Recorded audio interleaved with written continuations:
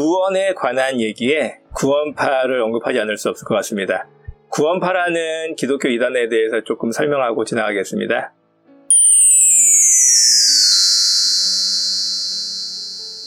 구원파라고 불리는 사람들은 전도할 때 당신은 구원받으셨습니까? 당신은 거듭나셨습니까? 당신은 죄사함을 받으셨습니까? 이런 질문을 단골 메뉴처럼 해서 불려진 이름입니다.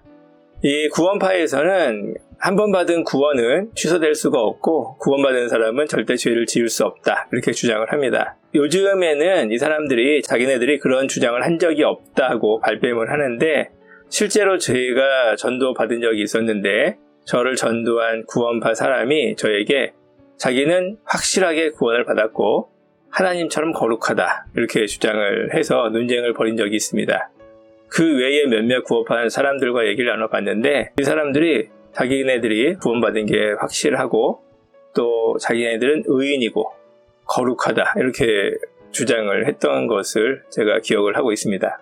구원파에서 하는 말은 말도 안 되는 억지 주장이죠. 또 그들의 주장이 논리적인 모순도 많습니다. 하지만 일반 교회에 다니시는 분들이 이 구원파의 논리적인 모순을 발견해내기는 좀 어려워요. 그 이유는 조금 이따 설명을 드리도록 하겠습니다. 먼저 구원파의 이런 주장에 대해서 한마디로 결론을 내리고 설명을 드리도록 하겠습니다. 구원파의 주장에 대해서 한마디로 설명을 드리자면 정신승리파다, 이렇게 설명을 드릴 수가 있어요. 정신승리라는 말이 요새 인터넷에서 가끔 사용되는 것을 제가 보았는데요. 이 정신승리라는 말은 사실은 굉장히 오래된 말입니다. 원래 어디서부터 쓰였냐면 중국의 작가인 루신이 아큐정전에서 쓴 말이에요. 아큐정전이라는 책에는 아큐라는 주인공이 나옵니다. 이 사람이 약간 찌질한 사람인데, 이 사람은 다른 사람들이 갖고 있지 않은 특이한 생각을 하고 있어요. 그게 뭐냐면 정신승리법이라는 생각이에요. 현실적으로는 상황이 나쁘고 좀 안 좋은 일을 만났다 할지라도 그것을 자기한테 좋은 쪽으로 혹은 유리한 쪽으로 바꿔서 해석해서 정신적으로 승리하는 그러한 자기 합리화의 기법입니다. 그래서 이 사람은 자기 자신을 합리화하는 이 정신승리법을 가지고 살아가요. 예를 들자면 길을 가다가 동네 깡패들한테 폭행을 당해요. 그러면은 집에 오면서 저 깡패들은 내 아들이나 마찬가지야. 그러니까 나는 아들한테 수모를 당한 거야. 이런 식으로 생각을 바꿔서 해요. 여기까지는 좋은데 한편으로는 어떤 행동을 하냐면 자기보다 약한 사람들, 여성이나 책에는 비구니가 나오는데 이러한 사람들을 괴롭혀요. 폭행을 하고 그러면서 자신의 그 정신승리법만으로 해결하지 못한 그러한 울분을 약한 사람한테 해소하는 모습을 보여줍니다. 루신이 이 책을 쓸 때는 중국 사람들을 가리키면서 쓴 거거든요. 그 당시에 중국은 이제 서구 열강들의 침입을 받아서 시달리고 또 경제적으로도 여러 가지 이익을 포기하는 상황에 놓여 있었어요. 그런데 중국 사람들이 뼈를 깎는 자기 개혁을 하지 않고 또 고통스럽지만 현실을 인정하는 태도를 보이지 않고 정신적으로 합리화하는 데에만 골몰하는 것을 보고 이 아큐라는 사람을 만들어내서 그런 모습을 비판한 것이죠. 이 아큐라는 사람의 모습이 꼭 중국인만을 가리킨다고 생각하지 않아요. 우리 자신에게도 그런 모습이 있잖아요. 우리도 현실적으로 어려운 일을 당하거나 나의 실수든 환경적으로 그렇게 되었든지 간에 어려운 일을 만나면 그것을 합리화하기 위해서 노력을 해요. 그래서 이 아큐라는 사람의 모습이 우리에게도 어느 정도 있다고 할 수가 있습니다. 하지만 정신적으로 어려움을 극복하는 거에는 한계가 있어요. 왜냐하면 현실은 현실이기 때문이죠. 이 구원파라는 사람들의 모습을 보면 이 아큐 정전이 생각이 나요. 바로 아큐의 모습이에요. 아큐의 모습의 종교 버전이 이 구원파라고 볼 수가 있어요. 구원의 길을 발견하지 못하니까 그냥 나는 구원받았어, 이렇게 생각해버리는 거죠. 자기가 죄를 지었지만 죄를 짓지 않았다고 우기면 그게 죄가 지어지지 않는 거라고 생각을 하는 거죠. 성경에 비슷한 구절이 있으니까 이거를 자기 나름대로 합리화하는 거예요. 어떤 데 있는지 한번 찾아보고 넘어가도록 하겠습니다. 요한 1서에 있거든요. 요한 1서 3장 6절을 한번 보고 넘어가도록 하겠습니다. 그 안에 거하는 자마다 범죄하지 아니하나니 범죄하는 자마다 그를 보지도 못하였고 그를 알지도 못하였느니라. 제가 이거를 NIV 성경하고 같이 보고 설명을 드릴게요. 간단하게 설명을 드리자면 우리나라 말에는 완료형이 없어요. 완료형이라는 거는 뭐냐면은 어떤 행동이 지속되는 것, 반복적으로 일어나는 것을 가리키기도 하거든요. 이게 영어에는 있고 원래 성경 중에서 신약 성경이 쓰여진 헬라어, 이 헬라어에는 완료형이 영어보다도 발달해 있어요. 근데 우리나라에는 이 완료형이 없어서 이런 부분이 설명이 잘 안 되는데 뭐냐면 죄를 계속해서 반복적으로 짓는 걸 가리키는 거예요. 요한일서 1장 6절에서 그 안에 거하는 자마다 범죄하지 아니하나니 범죄하는 자마다 그를 보지도 못하고 그를 알지도 못하느니라. 여기에서 그 안에 거하는 자마다 범죄하지 아니한다. 이 말씀을 이 사람들은 그냥 문자 그대로 받아들인 거예요. 근데 사실은 이게 완료형으로 되어 있어요. 그래서 제가 전에 우리나라 말의 한계에 대해서 설명드렸는데 성경을 연구할 때 크게 두 가지 한계가 있어요. 하나는 단수와 복수가 명확하지 않다는 점과 하나는 이 완료형이 없다는 거. 이 두 가지가 조금 문제가 될 수 있어요. 그래서 대부분의 성경 해석에 있어서는 우리나라 말을 문맥을 따라서 해석하면은 거의 문제가 되지 않아요. 원어를 몰라도요. 문맥이 가장 우선적인 것이기 때문에 원어보다도 더 중요한 게 문맥이에요. 정확하게 또 꼼꼼하게 보면은 성경 해석에 아무런 문제가 없어요. 근데 딱 두 개죠. 딱 두 가지가 문제가 될 수 있는데 하나는 단수 복수가 확실하지 않은 거, 또 하나는 완료형이 없는 거. 이 두 가지예요. 이 두 가지만 주의해서 성경을 연구하면 원어를 몰라도 우리나라 말 성경으로도 얼마든지 성경을 깊이 있게 연구할 수가 있습니다. 근데 요한일서 1장 6절이 우리나라 말의 한계라고 할 수 있는 두 가지 중에 하나에 해당해요. 뭐냐면 완료형의 문제. 그 안에 거하는 자마다 범죄하지 않는다. 이거는 하나님 안에 거한다. 즉 거듭난 사람은 죄를 짓지 않는다. 이렇게 해석될 수가 있는데 사실은 이게 완료형으로 쓰여졌어요. 그래서 죄를 계속 짓지 않는다. 이렇게 해석해야지 맞아요. 예전에는 계속해서 범죄했으나 거듭난 사람은 죄를 지을 수 있지만 그것을 계속해서 짓지 않는다. 혹은 반복해서 짓지 않는다. 이런 식으로 해석하는 게 마땅하다는 거죠. 확대 해석하거나 좋게 해석하는 게 아니라 완료형이라서 그렇게 해석하는 게 타당한 거예요. 근데 이제 구원파에서는 이거를 거듭나면 죄를 지을 수 없다. 이렇게 주장한 거예요. 완료형을 고려하지 않은 해석이죠. 그래서 현실과는 맞지 않는 주장을 해요. 나는 죄를 짓지만 나는 죄를 지을 수 없어. 이런 식으로 정신 승리하는 근거로 활용하는 거죠. 영어 성경 NIV를 봐도 keeps on이라고 써놨어요. 구원파의 성경 해석은 잘못된 거죠. 그 안에 거하는 자마다 범죄하지 아니하나니 범죄하는 자마다 그를 보지도 못하였고 그를 알지도 못하였느니라.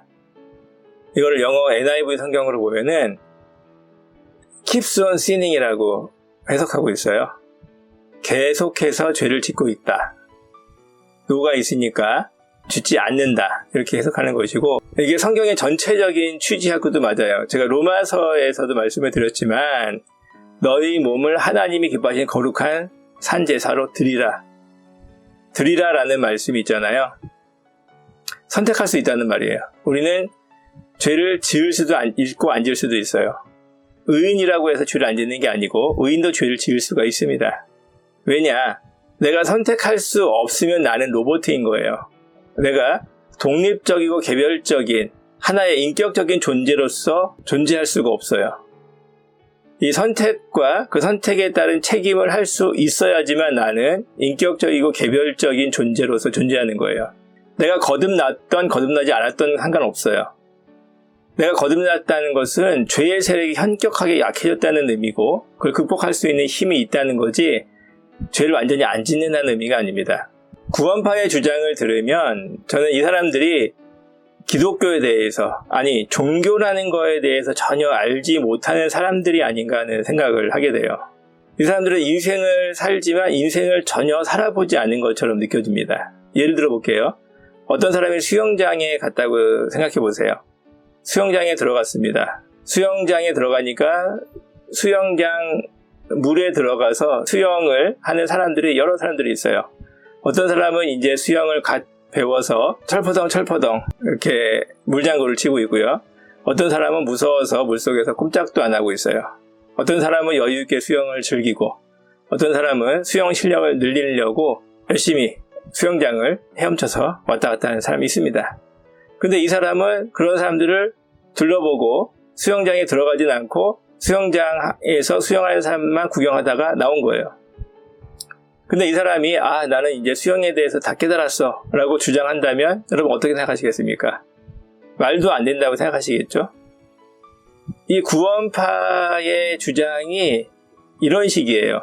나는 확실하게 구원을 받았어. 왜? 내가 구원받았다고 생각하니까. 그렇게 믿으니까. 그리고 나는 절대 죄를 지을 수 없어. 왜? 성경에 그렇게 쓰여 있으니까. 잘못된 해석인데 어쨌든 그 잘못된 해석을 근거로 나는 죄를 지을 수 없어. 이렇게 생각을 하는 거죠. 현실은 죄를 안 짓는 사람이 누가 있습니까? 현실적으로는 죄를 짓고 있는데 짓지 않는다고 생각을 하는 거죠. 그러니까 이 사람들은 인생이라는 물속으로 뛰어들지 않으려고 해요. 뛰어들어 보지도 않은 거예요. 그 물 밖에서 물에 있는 사람들을 살펴보고 자기가 모든 걸 아는 것처럼 착각을 해요. 다른 예를 들자면 구원파를 믿고 주장하는 사람들은 이런 거예요. 메뉴만 실컷 보고 음식은 먹어보지 못하는 사람들이에요. 메뉴판만 요란하고 음식은 내오지 않는 거예요. 근데 메뉴판을 하도 많이 보니까 음식을 먹은 것처럼 착각하게 돼요. 이게 구원파의 주장입니다. 믿는다고 생각하면 그렇게 믿는 겁니까?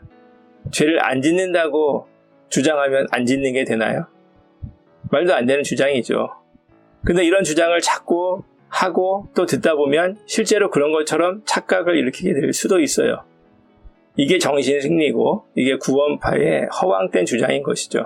그런데 이 구원파를 믿는 사람들이 이렇게 구원이 쉽고 간단하게 되는 것처럼 주장하고 있어요. 그 이유는 뭐냐? 인생이라는 것에 대해서 전혀 모르기 때문이다. 우리가 인생을 살아가면서 왜 기뻐하고, 왜 슬퍼하고, 왜 감동하고, 왜 절망합니까? 사람 때문이잖아요.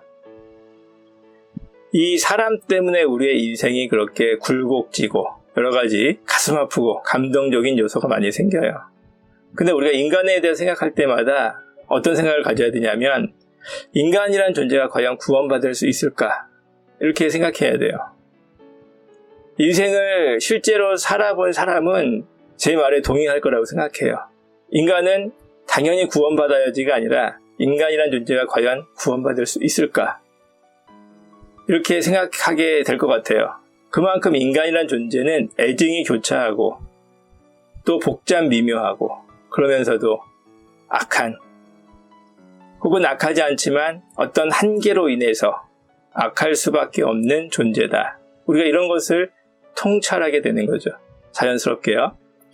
근데 이 구원파라는 사람들의 주장을 잘 듣다 보면 이 사람들은 이러한 통찰이 전혀 결여되어 있어요. 왜? 인생을 살았지만 인생을 실제로 살아보지 않았기 때문에 이 사람들에게는 구원의 문이 보이지 않아요.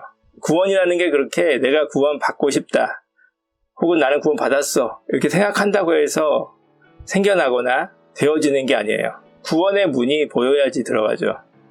예수님께서 복음을 전할 때 처음 이렇게 말씀하셨어요. 마가복음 1장을 한번 가볼게요. 이르시되 때가 찼고 하나님의 나라가 가까이 왔으니 회개하고 복음을 믿으라 하시더라. 때가 찼고 하나님의 나라가 가까이 왔으니 회개하고 복음을 믿어라. 하나님 나라는 천국을 의미하죠. 구원받는 걸 의미하는데 이 나라가 가까이 왔어요. 회개하고 복음을 믿으라 이렇게 말씀하셨습니다. 하나님 나라는 가까이에 있어요. 하지만 어떤 사람 눈에는 어디에 있는지 전혀 보이지가 않아요. 그 이유는 자기 자신에게 있어요. 어떻게 해야지 하나님 나라가 보일까요? 죄의 각성이 일어나야죠. 다른 말로 자기 성찰이 있어야 하고 자기 객관화가 있어야 하나님 나라가 보이는 거예요. 그래서 그 문이 희미하게 보이고 그 문으로 들어가려고 애쓰면서 우리는 신앙이 성장하게 되고 예수 그리스도를 만나게 되는 거예요. 근데 이 구원파 사람들에게는 구원의 문이 보일 수가 없어요. 왜 그럴까요? 이 사람들은 자기 자신을 보는 눈이 결여되어 있어요. 하나님 나라에 들어가기 위해서는 뭐가 필요합니까? 회개해야죠. 죄의 각성이 일어나서 자기 자신을 봐야 돼요. 근데 그 자기 자신을 보는 눈을 제거해버린 게 바로 구원파인 거죠. 제가 앞에서 구원파의 논리적인 모순을 발견해도 문제가 된다고 말씀을 드렸어요.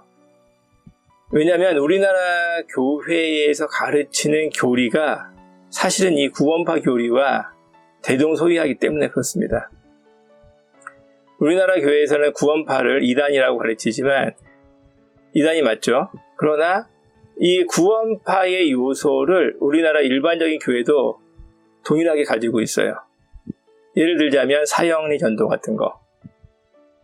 내가 예수님을 믿는 것을 선택하고 구원의 확신을 가지면 확실하게 구원받는다. 이런 식으로 주장하는 거. 이게 구원파의 주장과 동일한 거예요. 이것은 사실 우리 개혁교회의 가르침과는 다른 이질적인 요소입니다. 이걸 우리 교회가 받아들이면 안 되는데 받아들였어요.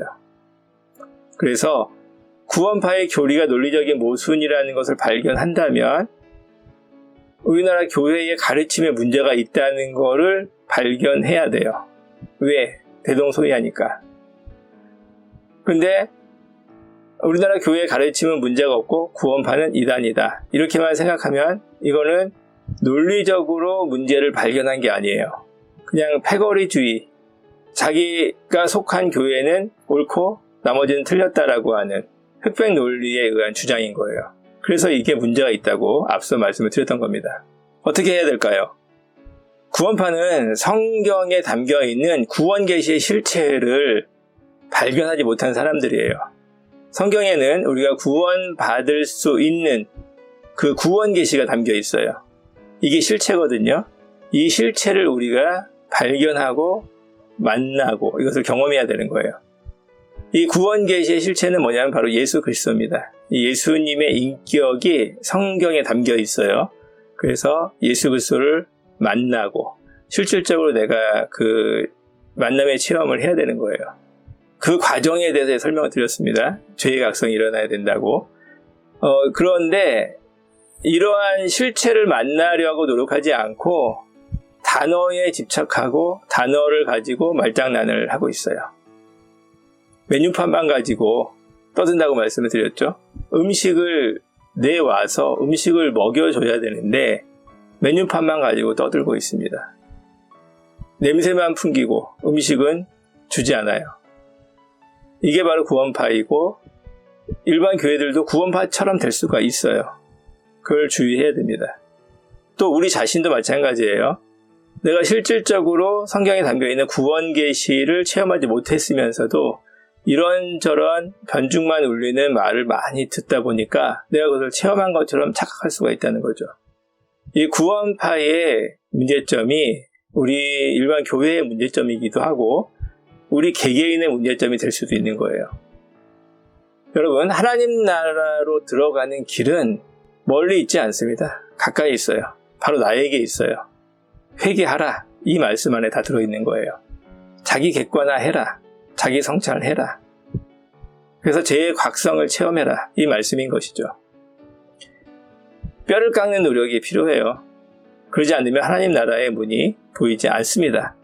제가 정치적인 얘기도 하고 태극기 부대 사람들에 대해서 비판적으로 얘기도 해요.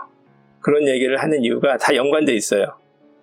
왜냐면은 이러한 사람들은 자기 객관화가 전혀 안 되는 사람들이에요. 여러분들 중에 이 자기 객관화의 길에서 멀어지는 사람이 생길까봐 제가 이런 언급을 하는 겁니다. 이게 분리되어 있는 게 아니에요. 정치와 신앙이 또 나의 양심이 분리되지 않아요. 이게 일치되어질 때 죄의 각성이 일어나는 거예요. 기독교에 대해서 모르는 사람들이 기독교에 대해서 전혀 경험해보지 못한 사람들이 어리석은 선택을 하고 죄의 각성에서부터 멀어지는데 그것을 따라가지 마시라고 말씀을 드리는 겁니다. 자기 객관화는 쉬운 길이 아니에요. 그러나 어려운 길도 아닙니다. 그 길은 오직 나 스스로만이 할 수 있는 길이거든요. 여러분이 그 길을 가시길 부탁을 드립니다. 구원파와 같은 어리석은 사람들, 공허한 사람들, 그들의 주장에 현혹되지 마시고 가까이에 있는 하나님 나라의 문을 발견하시기를 부탁을 드립니다. 감사합니다.